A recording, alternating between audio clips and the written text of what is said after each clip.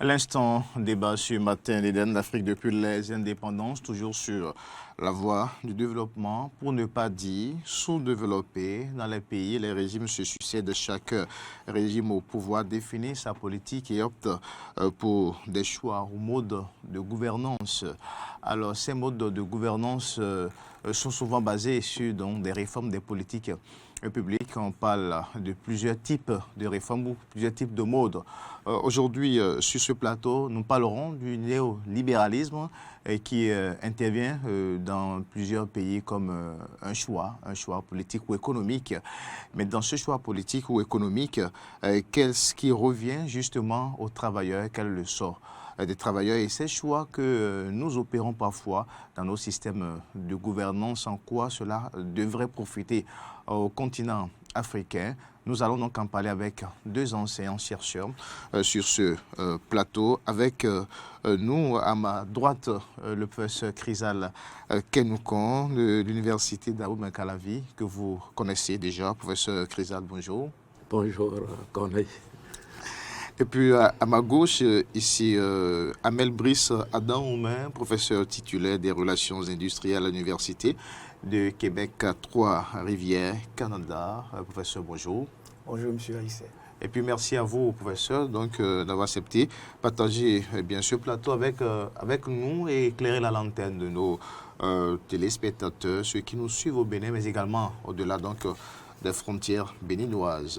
Alors, pour planter le décor, professeur Brice Adam-Oumain, quand on parle de néolibéralisme, on fait allusion à quoi concrètement pour des clarifications conceptuelles en début de cette émission? D'abord, merci de m'inviter sur ce plateau pour parler de ces questions de politique libérale, néolibérale. Mais je précise déjà du point de vue de la perspective des travailleurs, parce que c'est sur ces questions-là que je travaille. La question du néolibéralisme, lorsque j'en entends parler en Afrique, je me demande si on parle de la même chose qu'en Occident, parce que il ne suffit pas simplement d'embrasser ou bien de se faire imposer des politiques dites néolibérales pour qu'on s'inscrive donc dans ces régimes-là, parce que ces régimes politiques répondent à des logiques qui elles-mêmes s'inscrivent dans la durée donc des constructions sociaux historiques quelque part. Ce n'est pas le cas du Bénin, ce n'est pas le cas de beaucoup de pays africains. Et donc moi je pourrais avoir une approche de ces questions néolibérales d'un point de vue assez différent de ce qu'on attend ordinairement en Afrique, où pour des motifs économiques, on oblige nos gouvernants ou nos gouvernants eux-mêmes recourent à ces politiques dites néolibérales qui se réduisent à des manières d'attirer l'investissement privé étranger au détriment des vraies politiques économiques du pays et par incidence la vie sur les conditions de travail des travailleurs et des salariés. Est-ce que vous voulez dire que ces options ne collent pas réellement à nos réalités? Absolument, ça ne colle pas. Ça ne colle pas. Et si par exemple on retourne dès le départ à l'option de ce régime ou bien l'économie libérale dans le cas de ce qui nous concerne à la conférence nationale, on pourrait dire qu'il y a un support constitutionnel, donc populaire, qui voudrait inscrire les activités économiques du pays dans cette vision-là, peut-être par opposition à ce qui s'était passé avant. Je veux parler du régime révolutionnaire. Mais avant de parler de politique libérale ou néolibérale dans la mouvance de la globalisation de l'économie à partir des années 90, la décennie des années 90, il faut se rendre compte que le chemin historique, socio-historique, l'économie politique qui a donné lieu à ce mouvement-là, à cette vision des questions économiques, n'est pas du tout la nôtre en Afrique subsaharienne. Et donc, cette manière de voir les politiques néolibérales comme la panacée qui sortirait nos économies du sous-développement, comme vous l'avez dit à l'introduction, me paraît inapproprié. Tout d'abord parce que quand on parle de libéralisme, en fait, on s'inscrit dans la démocratie libérale.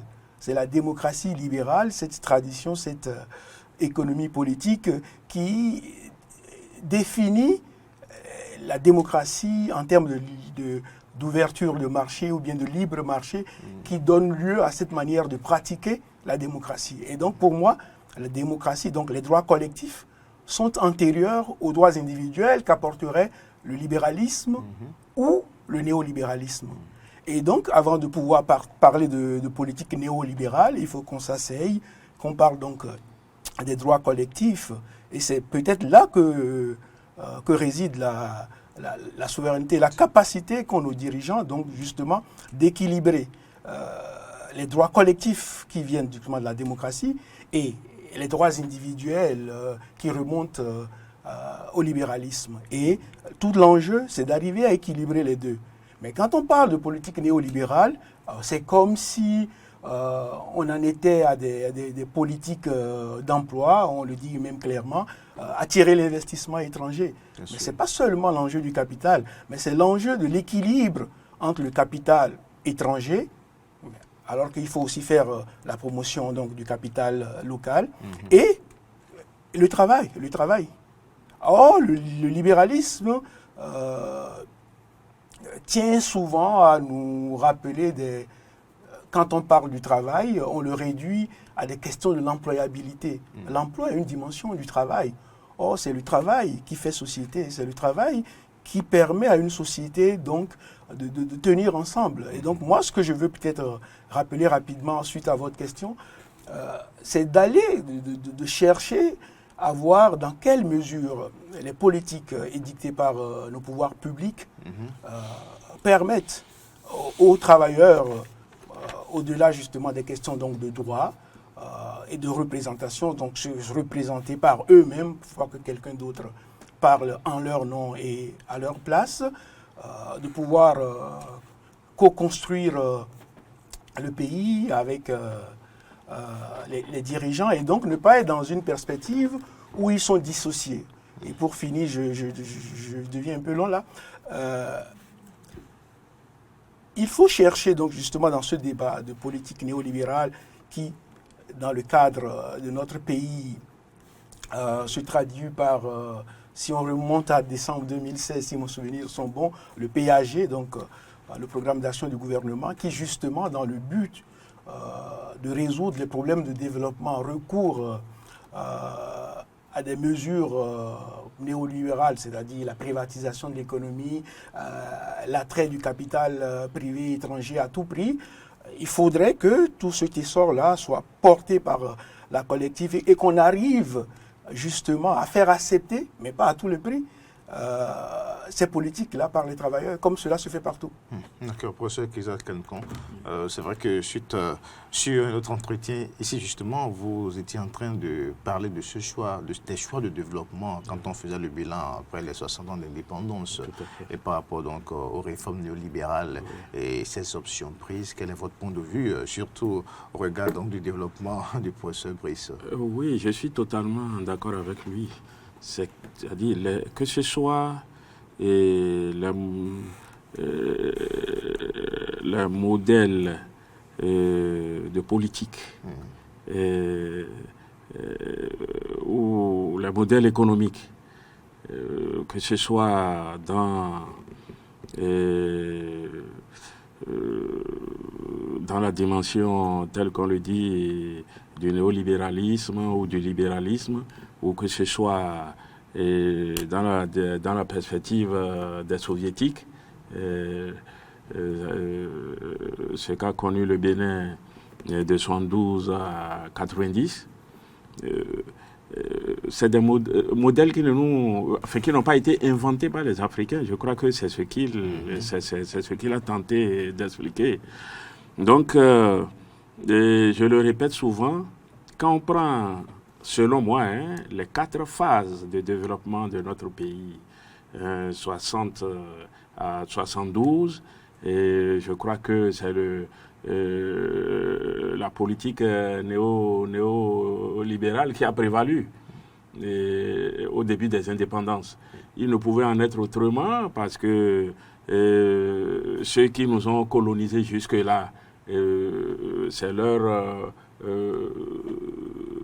choix politique, c'est leur choix économique en même temps. Bon, mais lorsque nous prenons de 72 jusqu'en 90, on en prenait le socialisme et autres, mais là encore, ce n'est pas une idéologie qui nous appartient. Et puis maintenant, de 90 à 2016, on a continué. Et il a bien fait de rappeler notre constitution. Quand on prend la constitution du Bénin, on dit le libre marché, le libéralisme total, la démocratie libérale, c'est tel qu'il vient de le dire. Mais est-ce que nous comprenons je m'attaque souvent à nous qui nous réclamons de l'élite. Est-ce que nous comprenons ça? Ou bien est-ce que les élites africaines, d'une manière générale, ne sont pas tenues, ceux qui se mettent au devant, ne sont pas tenus par une télécommande venant d'ailleurs? Puisque en 1990, par exemple, on a voulu balayer totalement tout ce que nous avions fait, alors que quand on prend le modèle socialiste, au moins de 72 jusqu'en 86, les années 87, il y avait eu une politique de plein emploi. Mais après ça, bon, on n'a pas pu... Politique de plein emploi, ça voudra dire que... Moi, par exemple, quand j'ai fini mes études secondaires, 3 mois après, j'étais tout peinard chez moi quand on m'a réparti. Voilà, vous travaillez dans tel service, l'État vous a affecté là pour travailler. Et lorsque je mettais du temps avant d'aller prendre service, c'est un communiqué radio qui disait que si je ne reprends pas, non pas que je serai considéré comme un démissionnaire, comme on le dit, mais comme un ennemi de la révolution démocratique et populaire.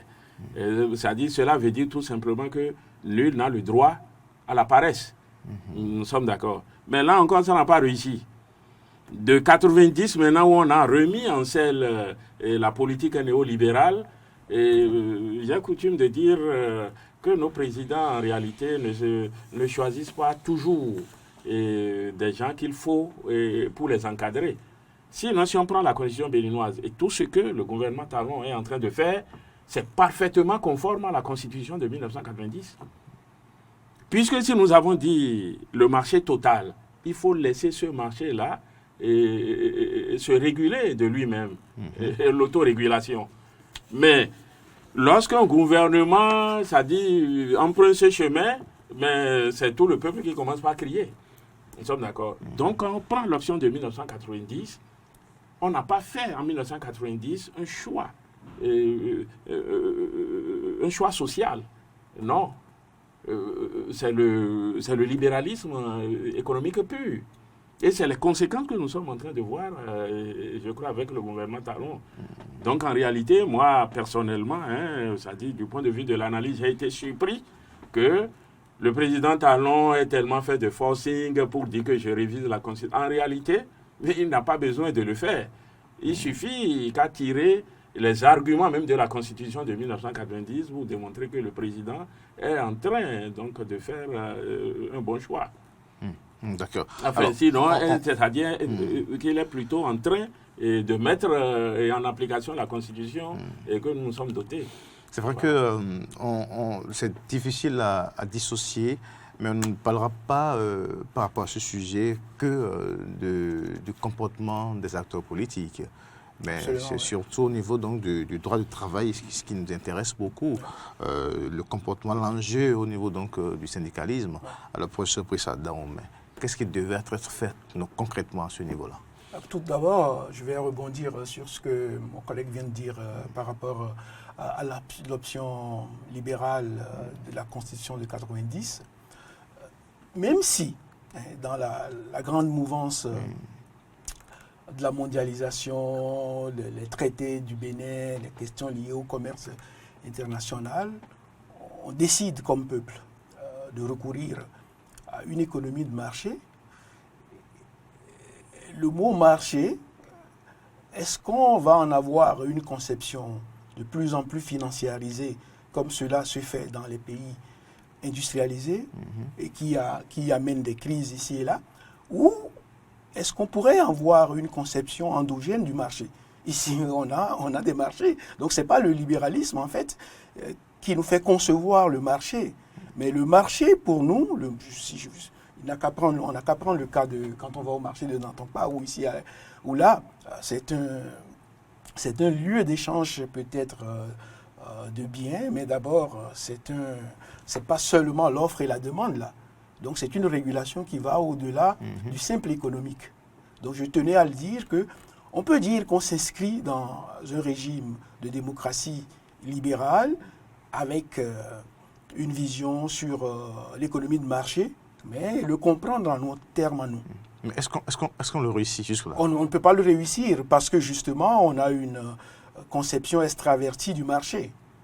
Quand on parle du marché, de l'économie du marché, on répète ce qui se dit ailleurs. Mais le problème, c'est que ce qui se dit ailleurs et ce qui s'est fait ailleurs répond à une certaine logique, répond à des besoins de ces populations-là. Nous, dans le cas qui nous concerne, et je reviens à votre question, vous demandez qu'est-ce qu'on peut faire dans ce contexte-là. De manière générale, il y a trois acteurs qui interviennent dans ce débat. Il y a l'acteur étatique sur lequel on ne devrait pas trop s'appesantir, dont le rôle est justement de formuler des politiques publiques d'emploi notamment. Il y a l'acteur patronal qui, via donc des mécanismes de gestion, essaie justement de garantir le retour sur l'investissement, des pratiques donc de sélection, de rémunération, de développement du personnel, etc. Ce qu'on enseigne dans les cours de gestion des ressources humaines. Et moi, ce qui m'intéresse, la perspective des travailleurs, qui est portée par le syndicat partout dans le monde, où l'enjeu essentiel consiste à représenter les travailleurs, c'est-à-dire qu'ils ont un débat, une légitimité auprès donc, des deux autres acteurs qui leur donnent droit de parler au nom donc, des travailleurs, du point de vue démocratique. Et ce qu'il faut faire, justement, c'est de pouvoir partir du modèle de démocratie libérale à un modèle de démocratie industrielle. C'est-à-dire que les travailleurs, les salariés arrivent à transposer l'esprit de liberté, l'esprit de représentation, l'esprit de justice, l'esprit d'équité dans la vie civile, dans la vie citoyenne, dans les milieux du travail. Et ils le font comment? Ils le font avec des règles qui sont claires, qu'ils se donnent, des règles autonomes, mais aussi avec les règles de régulation données par l'État, à la condition que ces règles, je parle des normes du travail, je parle des différentes politiques publiques de l'emploi, soient légitimes. Soient légitimes, c'est-à-dire qu'il faut que ces règles respectent le désir du peuple souverain qui a élu le roi, qui a élu l'Assemblée. Et c'est dans ce cadre-là que le syndicat va négocier avec ses vis-à-vis pour poser ces différentes questions au cœur du développement, au cœur du bien-être des travailleurs pour la vie de la nation. Mais est-ce que dans ces conditions, dans les prises de décision, surtout lors de la définition des politiques publiques, ou dans l'exécution ou la conception même des réformes, est-ce que le syndicat ici, ou le représentant du travail ici, a son mot à dire? Deux aspects pour répondre à cette question-là. Tout d'abord, il faut préciser historiquement que le syndicat, partout ailleurs, et davantage chez nous, depuis les indépendances, a toujours été la vitrine de la société civile. Et donc, ça fait que le rôle du syndicat va au-delà de la représentation, la représentation formelle des travailleurs. Le syndicat représente des travailleurs eux-mêmes, ces travailleurs-là qui représentent des familles entières. Et donc, le syndicat, quand même, je parle d'un syndicat régulièrement élu, en accord avec les aspirations de son peuple, ce syndicat-là a une certaine légitimité. Et le gouvernement, s'il cherche son vis-à-vis dans la société civile, devrait normalement, pas seulement pour des questions d'emploi, mais pour des questions sociales, écouter ces forces vives-là, je sais qu'au pays, on le définit globalement dans le cadre donc, du dialogue social. Mais dans ce dialogue social-là, ceux qui sont plus avertis des questions du travail et des incidences de ces questions-là sur la vie citoyenne des travailleurs, ça reste encore les syndicats. Et donc, le gouvernement, pour sa propre légitimité, pas seulement sa légalité, doit pouvoir... En fait, c'est les citoyens qui élisent nos représentants politiques. Et donc, c'est un devoir pour nos gouvernants, d'ici ou d'ailleurs, même en plein libéralisme, de pouvoir porter la voix de ces citoyens-là. Et ça ne peut que se faire que dans un dialogue avec les corps constitués. D'accord. Professeur Chrysal Kelenkom, vous êtes administrateur du Centre africain du droit du travail ou du travail. Professeur, alors, vu donc l'exposé, l'analyse et surtout la démonstration du professeur Brice, alors est-ce qu'aujourd'hui, quand on regarde un peu nos syndicats, les partenaires sociaux, on les appelle souvent, quand on regarde un peu également l'État, pour ce qui est donc dans ces réformes, en partant bien sûr du néolibéralisme, le professeur Brice a cité donc cette différence d'acteurs. Quand on regarde un peu les rapports chez nous ici, est-ce que cela se déroule dans le sens où ça apporte réellement, ou ça ramène vraiment vers les objectifs de développement? Difficile de répondre par l'affirmative. C'est-à-dire, moi je dis quelque chose. La politique importée, le concept du néolibéralisme ou du libéralisme ou même du capitalisme n'a pas été inventé par les Africains. Ce n'est pas la force des choses que nous nous sommes retrouvés là-dedans. Ce qui fait que d'abord la maîtrise des concepts pose problème, aussi bien au niveau des gouvernants qu'au niveau des travailleurs. Et le problème du syndicalisme au Bénin et en Afrique se situe à ce niveau. Même en tant que responsables syndicaux, nous ne maîtrisons pas toujours les concepts. Et les travailleurs eux-mêmes ne comprennent pas. Je vais vous donner un exemple d'un éminent syndicaliste que tout le Bénin connaît, Seiko. Quand il était encore secrétaire général de la CSTB, il y avait une rencontre, je crois que c'était avec le président Yahi Boni lors de son premier quinquennat, parce que le gouvernement a pris des engagements, il n'a pas respecté, et il a lancé un mouvement de grève pour ça. Et il y a eu un débat entre les secrétaires généraux et les cadres de la présidence, puisque le président lui-même était là. La façon dont il a protesté a fait qu'on a dit, oui, il dit vrai, mais il doit quand même, après tout, c'est le président. Vous comprenez un peu?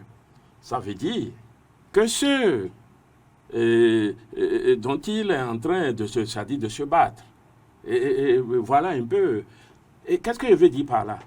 Lorsque nous importons les choses, nous ne les contextualisons pas à la lumière de nos réalités socioculturelles.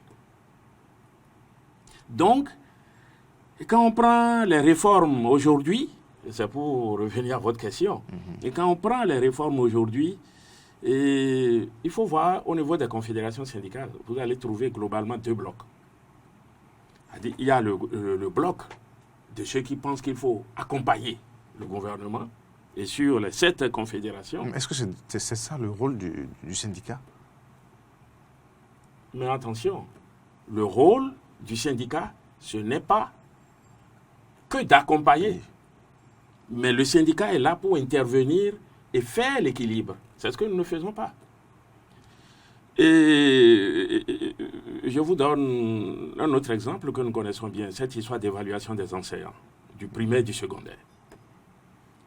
Où le gouvernement prend la décision de dire, moi je le fais, mais c'est que, comme tous les textes, je ne vois pas comment un syndicaliste peut abonder dans le sens du gouvernement, sous prétexte que le président verbalement a fait des promesses, que donc ça dit que cela suffit. Et voilà. Et puis après... Donc vous voyez deux groupes... oui, c'est-à-dire si... Deux blocs... oui, deux blocs. C'est-à-dire, vous allez voir, si Confédération et Centrale, bloc, d'ailleurs, quand vous allez lire le statut, c'est-à-dire le statut de chacune de ces confédérations, vous voyez qu'il n'y a pas une différence. Ça veut dire quoi? Il n'y a pas... On peut dire que les six ont la même idéologie syndicale. Mais vous allez trouver un autre groupe, enfin là ce n'est pas un groupe, une confédération, c'est la CSTB, qui a une vision et une manière de pratiquer le syndicalisme. Vous voyez un peu. Et donc, moi-même je suis syndicaliste, mais je sais ce que je vis. Et pourtant, je suis le secrétaire général le syndicat, je peux dire le plus représentatif au niveau des enseignants du supérieur. C'est moi qui suis à la tête aujourd'hui. Mais je sais tout ce qu'il y a comme difficulté. Même à l'université, ça veut dire que l'appropriation des concepts, l'organisation pour faire face à ces réformes-là, ça n'existe pas.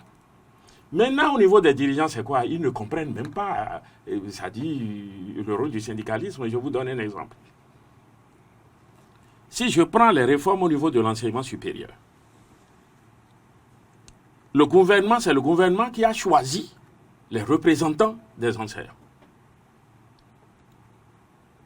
Le même gouvernement a désigné à la place du personnel administratif leurs représentants. Donc vous pensez qu'en principe, si on comprenait ce que c'est que le syndicalisme, en principe, toutes nos universités publiques seraient déjà en effervescence pour dire qu'on ne peut pas en arriver là. Maintenant, des gens proches du chef de l'État ont même estimé que non, que le syndicat est régi par la loi de 1901 et que, puisque c'est une association, qu'aucun syndicat ne peut dire que ça regroupe ces choses-là. Donc, on enlève même au syndicalisme la notion, son rôle de représentation. Et vous voyez un peu. Et c'est des gens, c'est ceux-là qu'ils ont appelé à éclairer la lanterne du chef de l'État. Voilà pourquoi il dit qu'il y a comme une confusion totale où chacun tire le droit de son côté. Et puisque c'est de bonne guerre, je ne sais pas comment ça se passe ailleurs, la corruption a intégré, il faut appeler Chacha, a intégré le milieu du syndicalisme. Tout le monde le sait.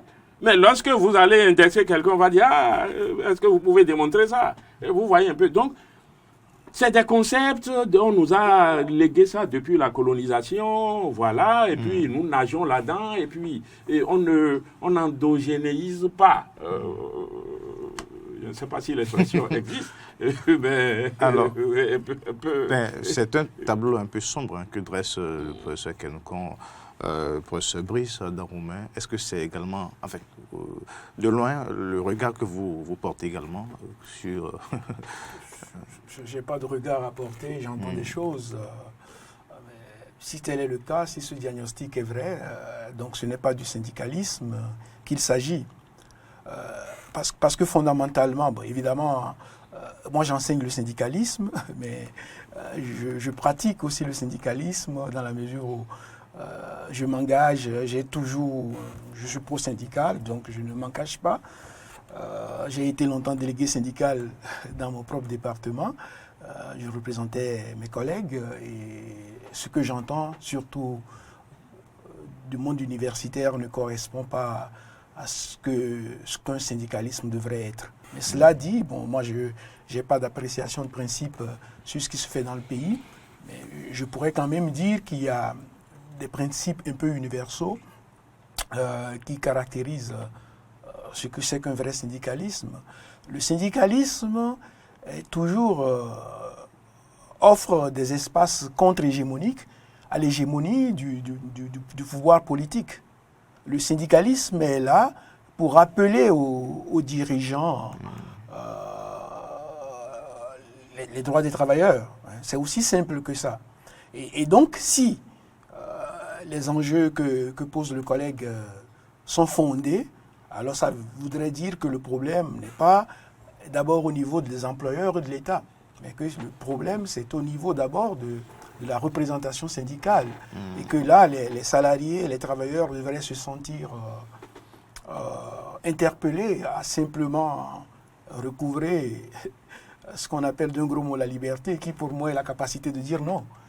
On a toujours les moyens, comme être humain, de dire non, on n'est pas d'accord. Évidemment, dans un cadre légal établi. Certains concepts, c'est un peu difficile. Ah non, la liberté est toujours possible. Quand les travailleurs se sentent parfois dans des positions un peu défavorables ou en faiblesse par rapport au pouvoir. Non, il ne faudrait pas le voir. Ils se mettent peut-être en situation de faiblesse. Ils se mettent en situation de faiblesse parce que je rappelais tout à l'heure que le syndicat doit pouvoir offrir des espaces contre-hégémoniques au pouvoir, parce que c'est à l'hégémonie du pouvoir, qui peut être arbitraire à certains égards, que répond le syndicalisme, évidemment dans le cadre du dialogue, comme je le dis. Mais si le dialogue, comme il vient de le dire dans le cadre des réformes qui les concernent ici, si ça va au-delà de ce qui peut se faire, on peut dire, écoutez, non. D'accord. Professeur Brice, si on avait le temps, on pourrait davantage élaborer là-dessus. Malheureusement, on est pratiquement, bien sûr, au thème de l'entretien. Alors, en guise de conclusion, selon vous, qu'est-ce qu'on devrait faire pour que et acteurs politiques, décideurs et syndicalistes, partenaires sociaux, et les trois différents acteurs que vous avez su identifier dans ce diagnostic-là, parlant bien sûr des réformes néolibérales, qu'est-ce qu'on devrait faire pour que cela profite réellement au développement du continent? Bon, je vais essayer d'être bref là, parce que ça demanderait un long développement. Tout d'abord, si on parle de libéralisme, qu'on nous explique qu'on est vraiment dans un régime de démocratie libérale, comme cela se fait ailleurs, et que ce n'est pas seulement le libéralisme coupé de la démocratie. C'est-à-dire qu'on devrait pouvoir équilibrer les droits individuels que prêche le libéralisme avec le droit collectif des travailleurs. Très bien. Tout d'abord, pour pouvoir gagner la cohésion et la paix dans la société. Sinon, on serait toujours en ébullition. C'est ce qui se passe ailleurs dans le monde. Deuxièmement, le rôle évidemment de l'État. Bon, j'entends dire qu'il faut un syndicalisme de participation, de développement. Le rôle du syndicat, c'est pas de participer. Le syndicat peut arriver sous certaines modalités à collaborer, tout comme à s'opposer à certaines politiques et de l'État et de l'employeur. Mais ça, c'est du cas par cas. Bon, maintenant, par rapport au syndicat, et là, peut-être, là, je m'adresse à mon collègue, partout, nous, au Québec, on a beaucoup travaillé. J'ai appartenu à un centre de recherche où on a beaucoup travaillé sur des questions de renouveau syndical à l'ère de la mondialisation de l'économie. Donc, lorsque les syndicats sont confrontés à des politiques néolibérales, comment peuvent-ils agir? Et il y a trois éléments de point de vue théorique qui se dégagent justement. Le premier élément, c'est la capacité stratégique du syndicat. C'est-à-dire qu'il faut un syndicat proactif, capable donc de devancer, qui n'est pas toujours dans la réaction. Deuxième élément, la solidarité interne. Veiller à ce que ceux qui sont élus représentent et parlent au nom du peuple des salariés. Troisième élément, la solidarité externe, l'intersyndicale, les différents réseaux, etc., pour pouvoir porter la voix des travailleurs et si pas des citoyens du pays. Merci, professeur Brisadon.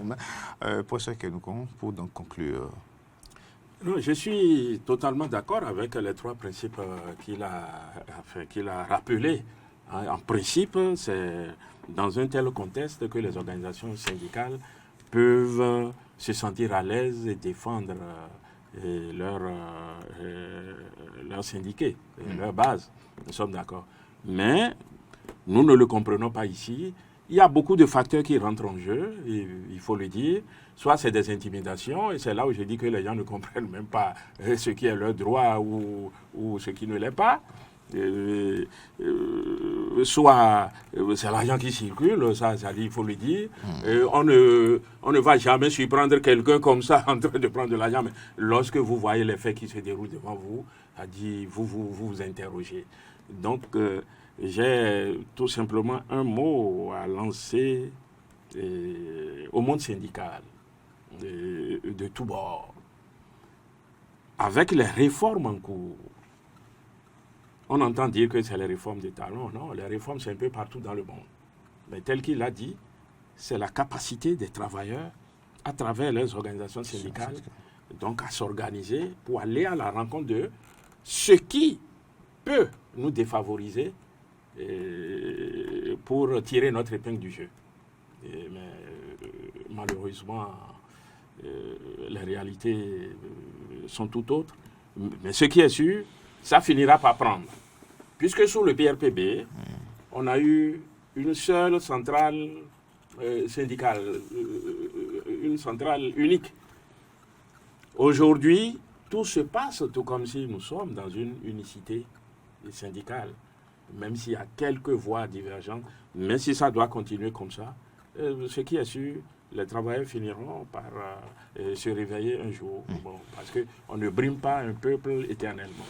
Merci, professeur Kenoukan. Merci, professeur Adam Omen. Je rappelle que vous êtes professeur titulaire des relations industrielles à l'Université de Québec à Trois-Rivières, Canada. Et puis en face de vous, c'était le professeur Chrysal Kenoukan, chercheur à l'ENA, Bénin, donc UAC, administrateur du Centre africain de travail. Merci. C'est vrai qu'on n'a pas eu assez de temps pour continuer, parce qu'il y a beaucoup à dire, mais nous espérons vous retrouver, pourquoi pas, sur d'autres plateau pour continuer. Chaque acteur, bien sûr, que ce soit les acteurs étatiques et politiques, les acteurs bien, du monde syndical et bien d'autres ont su, chacun a su c'est quoi désormais ou ce à quoi pourrait être réellement son rôle.